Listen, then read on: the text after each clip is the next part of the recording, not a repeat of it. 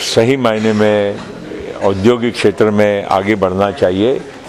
ये मंशा से मैं भी पिछले कई वर्षों से काम कर रहा हूँ। मैं इस क्षेत्र का प्रतिनिधि हूँ लोकसभा में।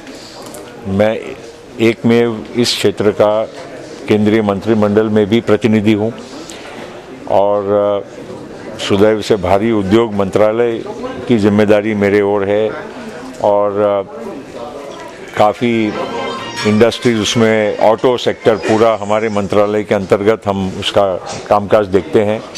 इसके अलावा इलेक्ट्रिकल इक्विपमेंट की भी और अदर हैवी इक्विपमेंट की भी मैन्युफैक्चरिंग की जिम्मेदारी हमारे मंत्रालय की ओर और हमारी एक बड़ी कंपनी BHEL भी इसके अंतर्गत आती है।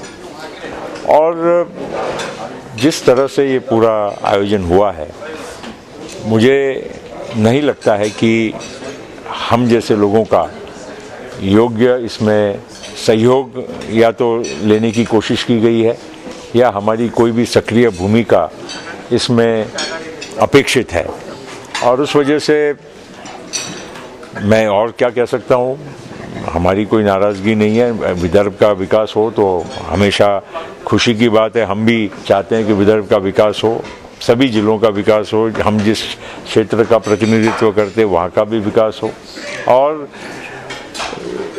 ये कॉन्फ्रेंस केवल MOU तक न सीमित रहे, क्योंकि हम अक्सर देखते हैं कि बहुत सारी कॉन्फ्रेंसेस होती है, MOU बनते हैं। MOU हज़ारों करोड़ के हो जाते हैं, लाखों करोड़ के होते हैं, लेकिन उसको परिवर्तित करना, उसको साक्षात करना, उसको सही मायने में क्रियान्वित करना, ये कोई छोटी बात नहीं है।